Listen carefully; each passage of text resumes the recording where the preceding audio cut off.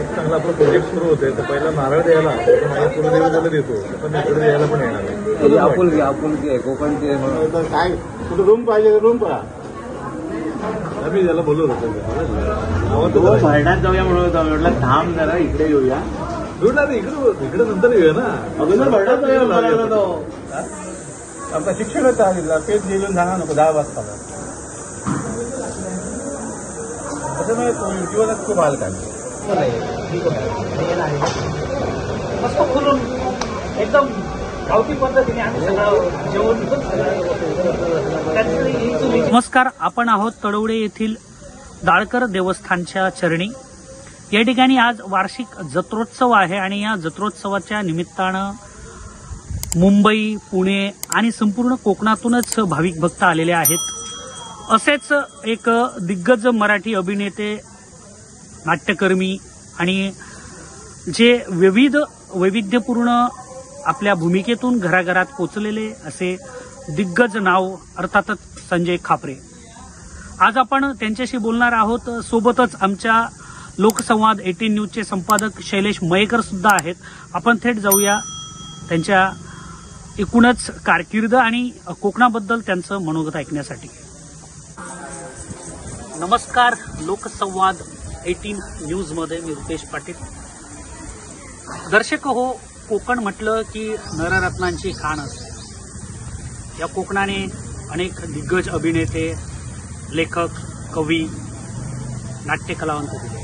साता समुद्रापार मालवणीचा बोलबाला नेणारे मच्छिंद्र कांबळी ह्याच लाल माती. असंच एक गुणी नाट्य दिग्दर्शक, नाट्यकलावंत, चित्रपट अभिनेते आणि लय भारी असेल, दगडी चाळ असेल, काकस्पर्श असेल, अशा विविध भूमिकांमधून मराठी मनाला साद घालणारं एक गुणी अभिनेते आणि एक गुणसंपन्न असा एक माणुसकीचा झरा आज ह्या कोकणच्या लाल मातीत आम्हाला भेटलेला. नाव आहे, सांगण्याची गरज नाही, पण संजय खापरे.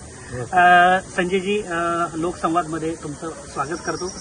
सोबत आमचे चॅनलचे संपादक शैलेशजी मयेकर सुद्धा आहेत. आपण एक उत्सव आहे, वार्षिक जत्रोत्सव आहे. श्रीदेव दाळकर श्रीदेव दाळकरांचा हा वार्षिक उत्सव आहे आणि या उत्सवाला खूप मनोभावे संजयजी येतात, त्यांची सगळी फॅमिली येते. संजयजी, कोकण, इथला श्रीदेव दाळकर, इथली परंपरा आणि आपलं नातं काय सांगाल?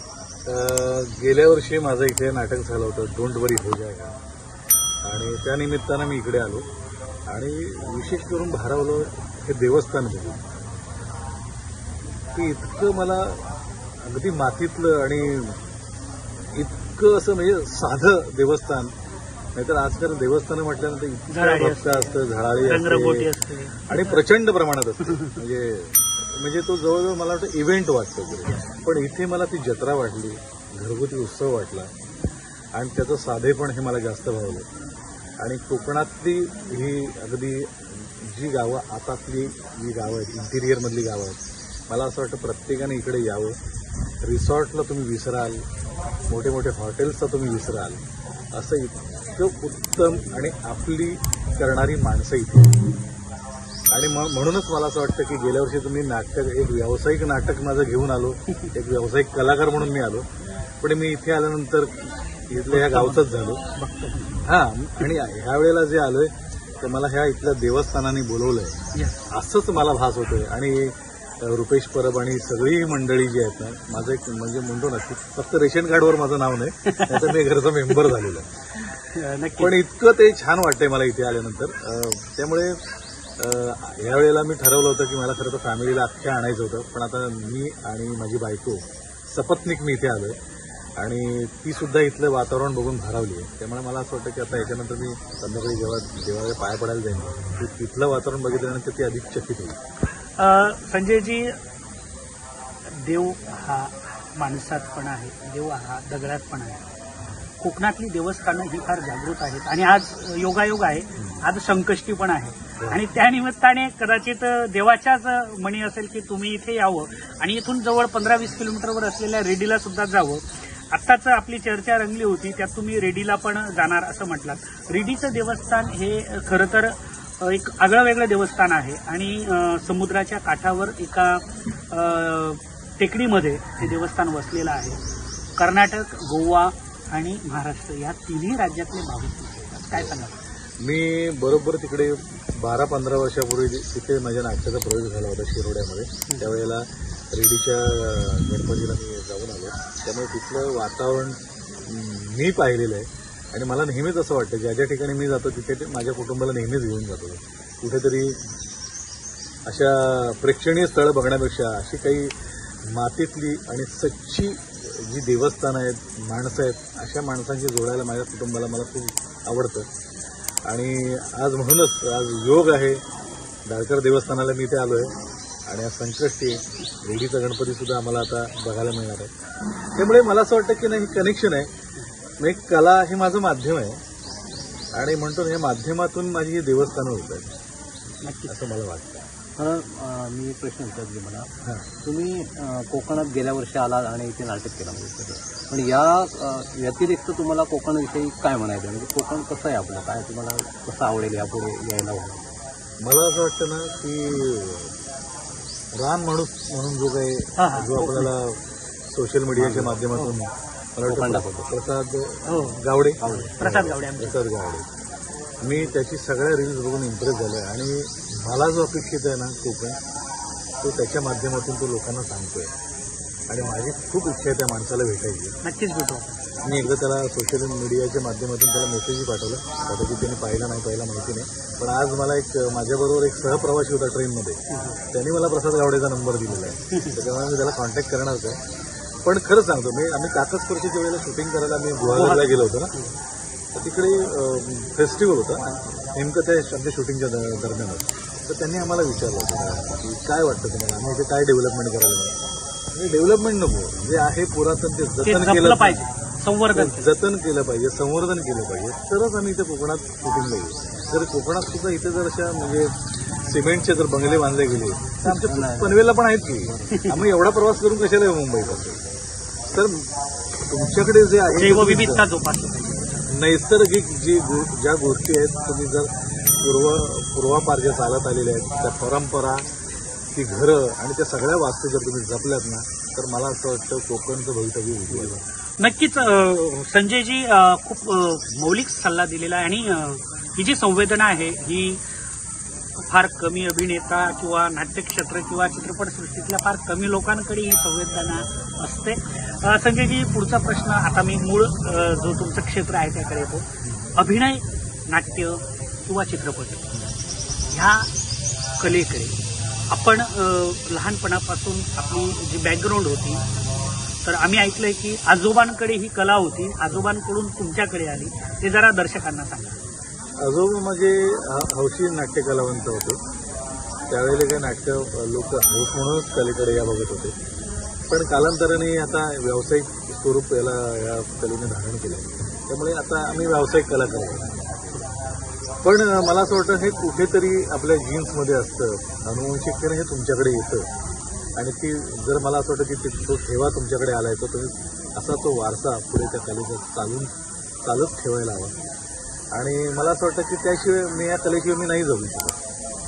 तर मला असं वाटतं की हा तर माझ्या जीवनाचा अविभाज्य घटक झालेला आहे. जेवढं माझं फॅमिली लाईफ आहे तेवढंच माझं हे नाट्य किंवा हे अभिनय क्षेत्र वगैरे सगळं आहे. तर मला असं वाटतं की त्या कलेच्या माध्यमातूनच मी आज खरं सांगतो ना, मी माझं यदाकदाचित हे नाटक ज्या वेळेला कोकणात वगैरे फिरत होतो, दर महिन्याचा शेवटचा आठवडा आम्ही कोकणात असायचो. म्हणजे गोवाही त्यामध्ये आले. असं सलग 3 वर्ष केलं. त्याच्यामुळे तुम्ही जस्ट इमॅजिन करा मी किती वेळा इथे कोकणात आले. आपल्या सावंतवाडीमध्ये चिटणीसांचा वाडा आहे, बरोबर, तिथे राहिले.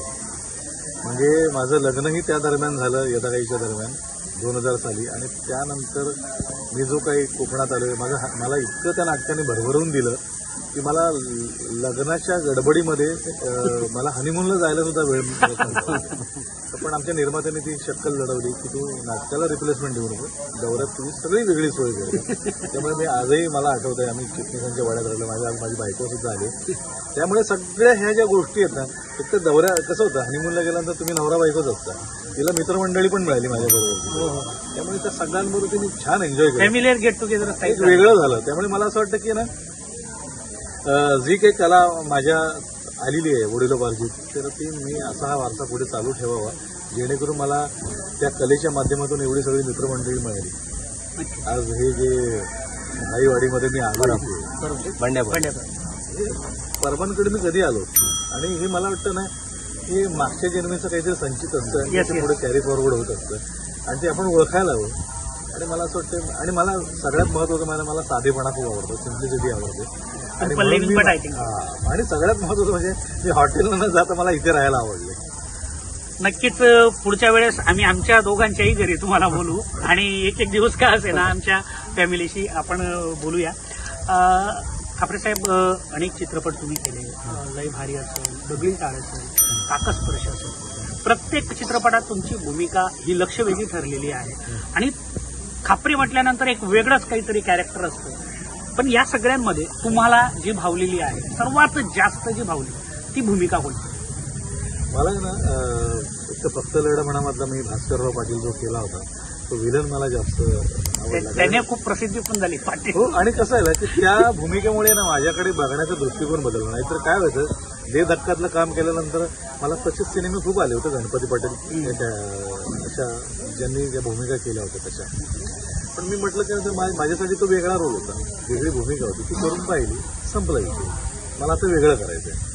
आपल्याकडे कसं आहे ना, लोकांसाठी ना डिक्लेअर नट लागतो, हा विनोदीच नट आहे, बरोबर, आणि मला लागून जातो, हा तो स्टॅम्प बसतो तुमच्यामध्ये. पण मला माझ्यामध्ये ज्या वेळेला काही लोकांनी जसं भास्करराव पाटील विलन बघितलं, बॉडी बिडी केली वगैरे, तर मला असं वाटतं ना आपल्यामध्ये अजून काहीतरी वेगळं आहे जे समोरच्याला दिसतं. बरोबर, तर म्हणून भास्करराव पाटील हा वेगळा का ठरला, त्या दिग्दर्शकाचं बोट धरून मी चाललो, तुम्हीच सांगा मी कसं घेऊ. त्याचं काय होतं, आपल्याकडे मालवणी पद्धतीचं जेवण करायचं आणि मी माझ्याकडे नागपुरी सावजी मसाला आहे, तो घालून नाही तुम्हाला जर मालवणी पद्धतीचं पाहिजे तर मला सांगा तुम्ही कसं करायचं. तर मला असं वाटतं दिग्दर्शकाचं बोट धरून चालायला हवं, दिग्दर्शकाला अभिप्रेत असलेला सिनेमा आपण दाखवायला हवा, तो कलाकार आपण दाखवायला हवा, तो रोल आपण दाखवायला हवा. त्यामुळे मला वाटतं सिनेमा हे असं माध्यम आहे की दिग्दर्शकाचं बोट धरून चालावं लागतं. आणि म्हणूनच भविष्यात मला आता काय झालं, ह्या लॉकडाऊन जर आयुष्यात आलं नसतं तर मला आरसा दिसला नसता, मला माझी लायकी कळली. आज आपण जगभरातले सिनेमा बघितल्यानंतर आपण कुठे आहोत हे कळायला लागलं. आणि मला असं वाटतं ना की हीच एक वेळ आहे की माझ्याकडे वेगळं काय आहे ते दाखवण्याची. तुम्ही गेल्या वर्षी माझं नाटक पाहिलं, डोंट वरी हो जाएगा, मगाशी बोलता बोलता हे म्हणाल की कळतच नव्हतं की शेवटाला काय काय काय घडणार. तर माझ्या कुठल्याही कलाकृतीमध्ये हे कायम असणार. तुम्ही आलाय, तुमची सुरुवात वेगळी आहे, आता पुढे काय, आता पुढे काय, आता पुढे काय. जसं आता माझं सैरभैर नावाचं नाटक आलं ज्याच्यामध्ये मी काम करतोय अभिनेता म्हणून. गेल्या वर्षी जे डोंट वरी हो जाएगा नाटक आलं होतं त्याचा लेखक होता रोहित मोदी, त्याने हे दिग्दर्शित केलेलं आणि लेखक वेगळे आहेत. मला असं वाटतं नव्या दामाच्या लेखकांकडून दिग्दर्शकांकडून वेगवेगळ्या कलाकृती घडू शकतात, फक्त तुम्ही त्यांच्यावर विश्वास टाकायला. नक्की. आता तुम्ही म्हणाल की मला लॉकडाऊनमध्ये काय आरसा दिसला मला, पण नेमकं तुमचं काय जाणवलं, काय दिसलं? काय झालं की एकतर मुळात कसं होतं की एक सिम्पल तुम्हाला सांगतो, एक साधीशी गोष्ट पाहिजे. जे स्कूल ऑफ आर्टमध्ये ना सगळीच मुलांचं ड्रॉइंग चांगलं असतं म्हणून तिकडे ऍडमिशन घेतलं जातं. वर्गामध्ये 100 मुलं बसलेली असतात, सगळ्यांचं ड्रॉइंग चांगलं, पण पहिल्या 10 मध्ये कोण आहे, यस तो तिकडेच जातो. जोपर्यंत 100 चांगल्या गोष्टी बघत नाही सगळ्यात बेस्ट आहे. म्हणजे आम्हाला कुठलाही तोतापुरी आंबा आणून दिला कोकणातल्या माणसाला, हापूस आहे असं म्हणून तुम्ही आता आम्हाला फसवू शकत नाही, कारण तुम्ही तो चाखलेला आहे, त्याची खरी टेस्ट काय तुम्हाला कळलेली आहे. तसं आता मला त्या लॉकडाऊनमध्ये उत्तम काय आहे ना ते बघायला मिळालं. त्यामुळे मला जर आता माझी कलाकृती आणायची असेल ना, मला त्या लेवलला जायला पाहिजे, मला त्या शेंड्यापर्यंत मला जायला पाहिजे. तिथपर्यंत नाही मी पोहोचणार, पण निदान मी कुठेतरी पोहोचेन. 60-70%, 80% तरी जाईल. तर मला असं वाटतं हा माझा प्रयत्न मला तिकडे करा. म्हणजे तुम्हाला लोकांना काय पाहिजे, लोकांना काय हवंय, लोकांना काय बघायचं हे त्याच्यातनं लक्षात आलं. याहीपेक्षा तुम्हाला सांगतो ना, आज आपला कुठलाही सिनेमा आज जर तुम्ही थिएटरला रिलीज झाला, आज फार तर थिएटरला महिनाभर जातो, फार तर 2 महिने जातो. त्याच्यानंतर येतो कुठे OTT प्लॅटफॉर्म. आणि OTTला जगभरातले सिनेमे उत्तम सिनेमे असतात, त्याच्या बरोबरीला तुम्ही राहता. मग आपल्याला दिसतो बरा कोण आहे रे, नाही ह्याच्याकडे नको, ह्याच्याकडे चालेल. येस. म्हणजेच काय, आपल्याला तिकडे चांगलं काय ते, चांगलं काय ते. आणि जर माझा सिनेमा कोणी चॉईस करायला हवा तर मला त्याच ओढीला मला बनवायला लागेल. 2 महिन्यानंतर मला तिकडे यायचंय. बरोबर. म्हणजे बाहेर म्हणून आपण बाहेर किती पाणीपुरी किती काही शेण का, पण घरात आल्यानंतर जे वरण भात आपल्याला लागतं ना, आणि त्याची जी चव, त्याची जी टेस्ट आणि किंवा त्याचं जे पौष्टिकपणा जो आहे तो कशालाही. सर्वात महत्वाची गोष्ट अजून एक तुम्हाला विचारावीशी वाटते की अलीकडे आपला मराठी नाट्यकला असेल किंवा मराठी सिनेमे असतील, चित्रपट आणि नाटक याच्यात आता बऱ्यापैकी चेंजेस झालेले आहेत. पूर्वी कसं एक दौर असा होता, म्हणजे आपल्यालाही माहिती आहे की नटसम्राट नंतर नटरंग सिनेमा आल्यानंतर खूप मराठीकडे मराठी सिनेमाकडे बघण्याचा लोकांचा ट्रेंड बदलला.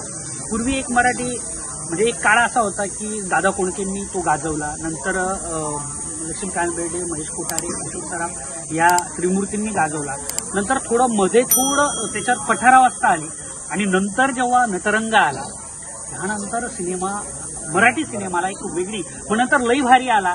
आता तुमचा दगडी चाळ आली, नंतर तुमचे बरेच दुनियादारी आली, टाइमपास आला. तर बदलचा ट्रेंड आहे. आता ह्या बदलत्या ट्रेंडबद्दल आगामी काळात असं काय नवीन असं तुमच्या डोक्यात आहे किंवा वाटतं की आपण मराठीला त्या दिशेने नेलं पाहिजे? मला असं वाटतं ना, आपल्या जसं कांताराने पुन्हा एकदा दाखवून दिलं की आपल्या रूढी परंपरांमधल्याच गोष्टी ज्या आहेत त्या दाखवता येणार. त्या परंपरा मला आपल्या कोकणात माहिती नव्हत्या. केरळ माझ्या जवळचं राज्य आहे किंवा ही प्रथा आम्हाला माहिती नाही. तर जगातलं बाकीचं खूप लांबच राहील. तर मला असं वाटतं आपल्याकडे खूप अशा गोष्टी आहेत, त्या गोष्टींच्या माध्यमातून आपल्याला बरंच काही दिसणार आहे. तर बरंच काही आहे ना आपल्या मातीतलं आपल्याला दाखवतं. पण हे दाखवत असताना सुद्धा त्याची जी क्वालिटी आहे, त्याचं टेकिंग आहे, सगळ्या ह्या ज्या गोष्टी आहेत, तिथला तो परफॉर्मन्स आहे, ज्या पद्धतीने इतक्या सहजतेनं अभिनय वगैरे करणारी जी आहे, नॅचरली सगळं एकदम खूप नॅचरल सगळ्या गोष्टी घडायला लागतात. तर तो आता ना म्हणून म्हणतो ना, आजकाल लोकांना खूप नॅचरल असेल तर बघायला मिळतं, जे आपल्याला वेब सिरीजच्या माध्यमातून बघायला मिळतं. ते आता तेच आता सिनेमाला सुद्धा लागू पाहिजे. त्यामुळे आता असे रक्तरंजित भडक सिनेमे ठराविक लोकांना तुम्ही हसवू शकाल, ठराविक लोकांचं मनोरंजन करू शकाल, पण जगातला जर तुम्हाला प्रेक्षक जो OTTवर थांबलेला आहे तुम्हाला बघायला, त्याला मी त्याच क्वालिटीचं तुम्हाला द्यायला आहे. त्यामुळे आता तुमच्याकडे फार मोठी प्रयत्नांची पराकाष्ठा तुम्हाला करून ते सादर करायचं. त्यामुळे एक जबाबदारी वाढली, बरोबर, कॉम्पिटिशन वाढली. आणि इथलीच कॉम्पिटिशन नाही, मराठीतलीच नाही आहे, ते हिंदीतली नाही आहे, सगळ्याच जगात आपला सिनेमा कुठे आहे हे दाखवण्याची एक आता आपल्याला फार मोठी जबाबदारी आहे. भविष्यात आता तुम्ही स्वतः ॲक्टर म्हणून इथे आता काम करता, यानंतर तुमची दिशा तुमचं काय असेल? एकतर मुळात आता नाटकातून दिग्दर्शनाकडे वळलो, तसंच आता सिनेमात काम करतो ते सिनेमासुद्धा दिग्दर्शनाकडे वळणार म्हणल्याशी आता वळलोच आहे. लवकरच जरा असं वाटतं की माझी कलाकृती वळायला. आणि मला असं वाटतं ना, असं मी म्हणणार नाही की माझा सिनेमा हा उत्तम क्वालिटीचा असेल, इथपर्यंत मला जायचं आहे, तर निदान मला इथपर्यंत मी पोचायचंच आहे ह्या इराद्यानंच मी जरा कुठली कलाकृती करणार आहे, मग ती नाटकातली असो किंवा सिनेमातली असो. माझ्या संस्थेद्वारे दिशा ही संस्था आमची, प्रिया पाटील आमची निर्माती आहे, आम्ही मित्र आणि मैत्रिणी मिळून आम्ही त्या सगळी कलाकृती केली, आमची संस्था उभी केली. त्या माध्यमातून उत्तम क्वालिटीचं मला फक्त द्यायचं आहे, मग ते विनोदी असेल किंवा सिरियस असेल. माझ्या माहितीप्रमाणे गेल्या वर्षीचं नाटक जेवढं विनोदी होतं तितकंच सिरियससुद्धा होतं आणि ते खेळून ठेवणार होतं. तर मला असं वाटतं की विनोदी असेल तरच लोक आवडीनं बघतात असं काही नाही, सगळ्या गोष्टी सिरियस सुद्धा. तर मला असं वाटतं की उच्च कोटीचा आपल्याला काहीतरी सिनेमा आपल्याला करायचा आहे.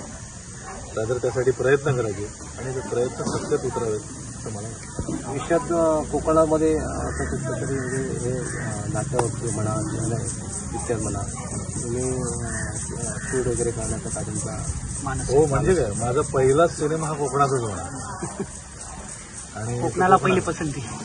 कारण कोकणातल्याच काही गोष्टी आहेत, कोकणातल्या काही प्रथा आहेत, त्या गोष्टींवरचा माझा पहिला सिनेमा असेल आणि तो सस्पेन्स, थ्रिलर आणि हॉरर आहे. Very good. आम्हालाही तेच अपेक्षित होतं. ठाकरे साहेब, आपल्याला माहिती असेल की जसं कांतारामध्ये आपण दाखवलेलं एक रूढी परंपरा, तसं इथूनच जवळ असलेल्या कुणकेरी गावात हुडोत्सव आहे, जो जगभर फेमस आहे. कदाचित सोशल मीडियावर तुम्ही त्या हुडोत्सवाबद्दल तुम्ही ऐकलं. मला वाटतं प्रेम प्रथा नावाचा सिनेमा त्याच प्रथेवर आला. आणि ते डायरेक्टर पण अभिजित वारंग, त्याच्या एका सिनेमाला नॅशनल अवॉर्ड पण मिळाला, पिकासोला. तर अशी बरीचशी कलावंत मंडळी आहेत कोकणात. तर मी जरी सिंधुदुर्गातला नसतो तरी रत्नागिरीतला चिपळूणचा आहे मी, पण मी अख्ख्या कोकणाच्या प्रेमात आहे. अगदी मुंबईच्या पालघर पासून ते अगदी 720 किलोमीटरचा गोव्याच्या जवळ, अगदी गोव्यात पण वगैरे. तर मला असं वाटतं ना की ह्या मातीतच गुण आहे, कलेचा अंश आहे आणि जो प्रत्येकावर असं कुठेतरी ना शिडकाव होत असतो त्याचा. मला वाटतं ह्या लाल मातीच्या धुळीपासून कोणी लांब जाऊ नये. त्यातल्या कणांमध्ये आहे ना एक जर्म आहे. त्या जर्ममध्ये एक असा विषय दडलेला आहे, फक्त तुम्ही तो असा पकडायचा आहे. बस जायचं. नक्कीच. आता आपलं हे कोकणचं सौंदर्य आहे, म्हणजे कुठेतरी जे लोक पावताना थोडंसं दिसतंय. याविषयी आपण कोकण वासियांना म्हणा किंवा नेत्याला म्हणा, तर थोडासा काय सांगाल तुम्ही तुमच्या प्रेमपोटी की हे सौंदर्य टिकवणं? मला असं वाटतं काय माहिती ना की जसं मी मगाशी म्हणालो त्याप्रमाणे आमच्या कागदपत्राच्या वेळेला गोळा गेलो पण जतन करणं फार महत्वाचं.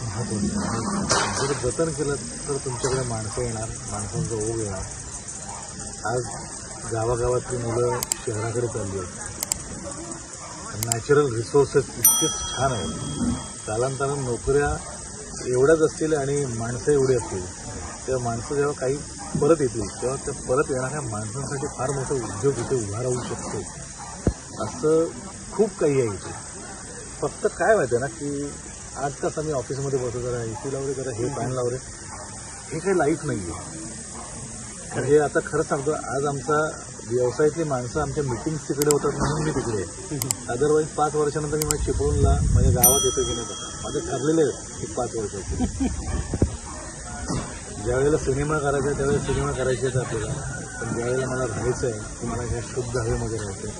आज काय माहिती मुंबईचा माणूस कसा जगतोय तुम्हाला सांगतो, यांत्रिक. आणि सगळ्यात महत्वाचं आहे, अरे इथे फ्लॅट घेतला ना मी, बघा इथून केम जवळ आहे, इथून हे टाटा हॉस्पिटल जवळ आहे. तुम्हाला हॉस्पिटलची गरजच का लागते? माझ्या घरापासून जवळ आहे. हे असं काय झालं? मी शिवडीला राहतो, माझं लहानपण तिकडे गेले. माझी तिथल्या लोकांची ही उत्तर ऐकलं ना, अरे मग जवळच आहे. ह्या पोल्युशन सारख्या जगामध्ये तुम्ही राहता, डोक्यातच ते राहतं, मला तिकडे जायचंय शेवटी असं म्हणून ती दवाखाना डोक्यात नाही. माझं असं म्हणणं की असं का, त्याच्यापेक्षा आपलं लाईफ वाढवा नाही. ते लाईफ वाढवण्यासाठी तुम्हाला काही नाही, तुमचं आहे ते जपायचं आहे. इतकं छान आहे. आणि सिमेंटचा जो अतिरेक मारा होतोय, जंगल जो होतं, मला असं वाटतं हे जंगल असं उभं राहिलं पाहिजे. आणि तरच तुम्हाला आजही कुठे गाडी तुम्ही पार्क केली ना तर झाडाखाली पार्क करतो आपण. त्यातच झाड. आता सुद्धा आपण ऊन कडक ऊन आहे, आपण कुठे बसतो बघा ना, म्हणजे एखाद्या शेड खाली गाडी राहिली आणि एका झाडाखाली गाडी राहिली, झाडाखालचीच गाडी फक्त गार राहते. शेड खाली जर नाही म्हटलं तरी गरम टेम्परेचर असतं वगैरे. तर हे लक्षात घ्या, तुम्ही सिमेंटचे पत्रे बांधून तुम्ही काही करू शकत नाही. ती सावली आणू शकत नाही. ती सावली आणणारी झाडच आहेत. आणि कोकणात जो गर्द हिरवाई जी आहे ना ती आपल्याला ना भेटली तर मला असं वाटतं ना, आणि मला असं वाटतं की रान माणूस मी त्याच्या सगळ्या ह्या गोष्टींचा चाहता आहे. चाहता म्हणण्यापेक्षा मला ते करेक्ट वाटतं. आणि मातीतल्या घरामध्ये जाण्याची एक वेगळीच मजा आहे. मी तुम्हाला सांगतो, माझ्या गावी माझ्या चिपळूणला माझ्या सासूबाईंनी जे घर बांधलं तिकडे असं काही गोष्टी अजून आम्हाला करायच्या आहेत की ज्या मातीपासून बनलेल्या असतील, मातीत मला राहून करायचं, असं सगळ्या गोष्टी मला करायच्या आहेत. आणि तिकडे गेल्यानंतर मी चुलीवरचं जेवण जेवतो वगैरे.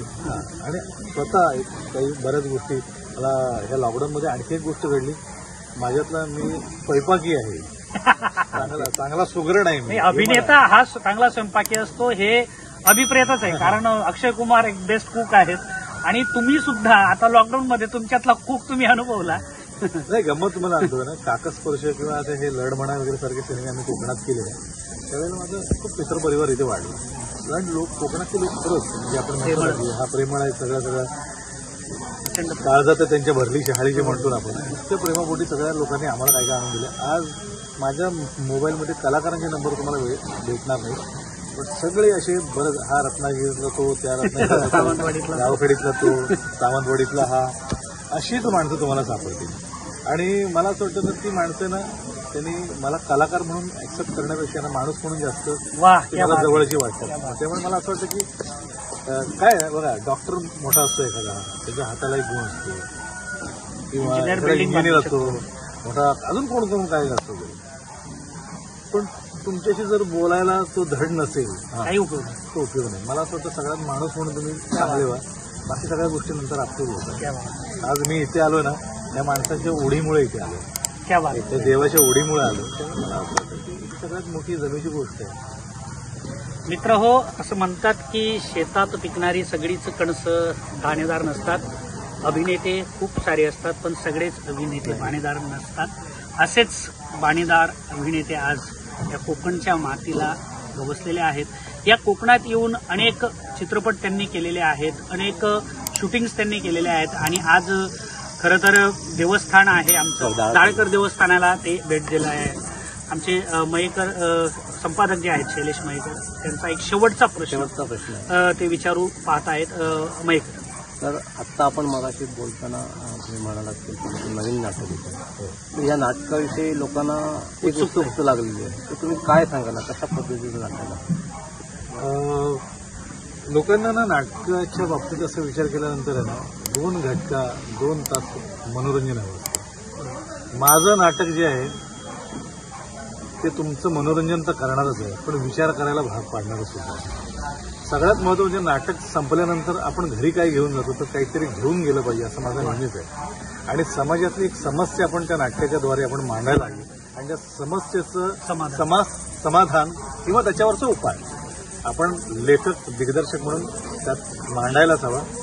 आणि तो इतका करेक्ट असायला हवा की तो लोकांना त्यांच्या तो झिरपला पाहिजे, त्यांना तो करेक्ट वाटला पाहिजे. आणि मला असं वाटतं माझ्या संस्थेद्वारे, दिशा या संस्थेद्वारे जे आता सैरभैर नावाचं नाटक आलेलं आहे, हे धमाल विनोदी आहेच, पण त्याबरोबर तुम्हाला अंतर्मुख करायला सुद्धा लावणार. या नाटकाची मगाशी सरांना मी कॉन्सेप्ट ऐकवली की मुंबईसारख्या चाळीमध्ये राहणारं कोकणातलं एक कुटुंब आहे आणि मुलांना मात्र टॉवरची ओढ लागलेली आहे. बापाकडे असलेले पेशन्स आहेत की जरा काही दिवस थांबा, हे घर विकू नका, विकण्यासाठी हट्ट करू नका, या घरातून तुम्हाला अजून काहीतरी मिळू शकतं. पण मुलांचं म्हणजे इतके आताताई झालेत त्यामध्ये की पटकन विकून कोणाला तरी इम्प्रेस करण्यासाठी आम्हाला टॉवरमध्ये जायचं अशासाठी चाललेली धडपड आहे.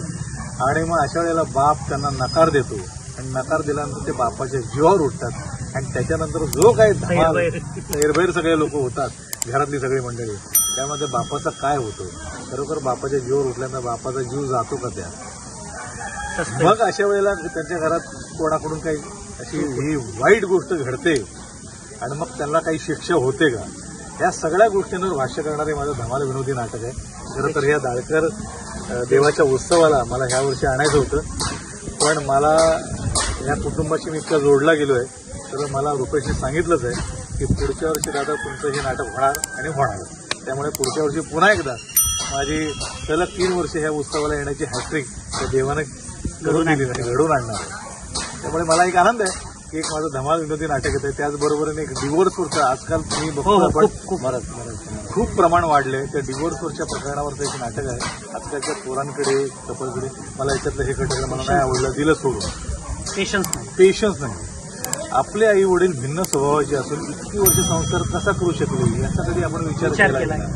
तर माझ्या लेखकाने मला मस्त सांगितलं की आई वडिलांनी एकमेकांना सामावून घेतलं होतं, ते सामावून घेणंच नव्हतं. क्या बात आहे.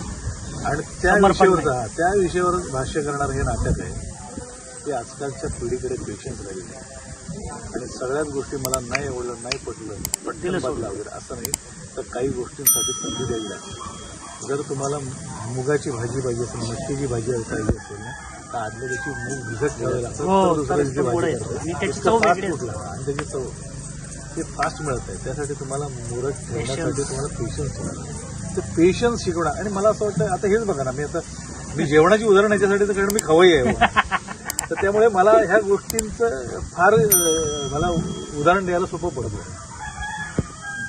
दह्याचं ताक व्हायला, ताकाचं लोणी व्हायला, ते सगळं फिल्टरेशन होऊन बऱ्याच गोष्टी होतात ना, तोपर्यंत तुम्हाला ती गोष्ट करत राहायला हवी, पेशन्स ठेवायला हवी. आणि मला असं वाटतं की माझं नाटक गेल्या वर्षी डोंट वरी हो जाएगा तसं तुम्ही पाहिलं असेल, एक माणूस प्रॉब्लेममध्ये आहे आणि दुसरा माणूस प्रॉब्लेममध्ये आहे, आणि प्रॉब्लेम मधला माणूस असलेला दुसऱ्या माणसाचा प्रॉब्लेम सॉल्व्ह करतो जर यांनी मनात आणलं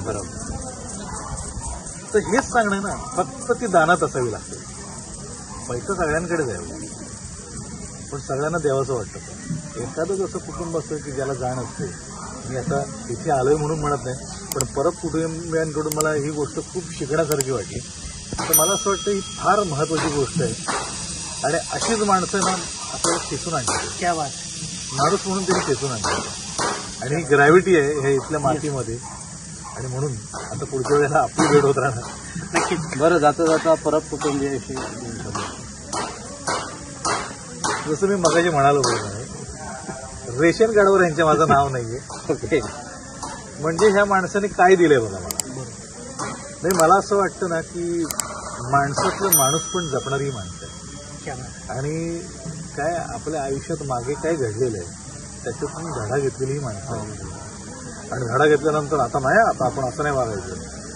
ज्या निसर्गाने त्यांना दिलंय तेच ते निसर्गाला परत करतायत आणि हे सगळ्यात मोठं होतं. घेणं सोपं आहे, देणारी माणसं फार कमी आहे आणि ही फार त्या बाबतीत ग्रेट माणसं त्याच्यामध्ये.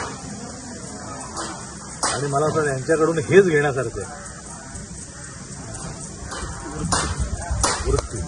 आणि ही वृत्तीतून मला असं वाटतं ना, यांच्यातला एवढा जरी अंश माझ्यात आला ना तरी मी काहीतरी अचीव केलं पाहिजे. जसं अमिताभ बच्चन मधलं एवढा जरी आपण अभिनयाचा गुण शिकलो तरी आपलं करिअर होऊ शकतं. नक्कीच. संजय खापरे एक मराठी चित्रपट आणि नाट्यक्षेत्रातलं मोठं नाव, पण कोकणात येऊन साधेपणा, कोकणी बाणा आणि त्यातल्या त्यात त्यांनी फार सुंदर गोष्ट सांगितली, ती म्हणजे आपल्याकडे त्याग, समर्पण, समजून घेण्याची वृत्ती पाहिजे. दूध फाटल्यावर तेच लोक घाबरतात, ज्यांच्याकडे दूध फाटल्यानंतर काय बनवता येतं याची अक्कल नसते. ही गोष्ट सुद्धा त्यांनी आपल्याला त्यांच्या सारांश रूपाने सांगितली.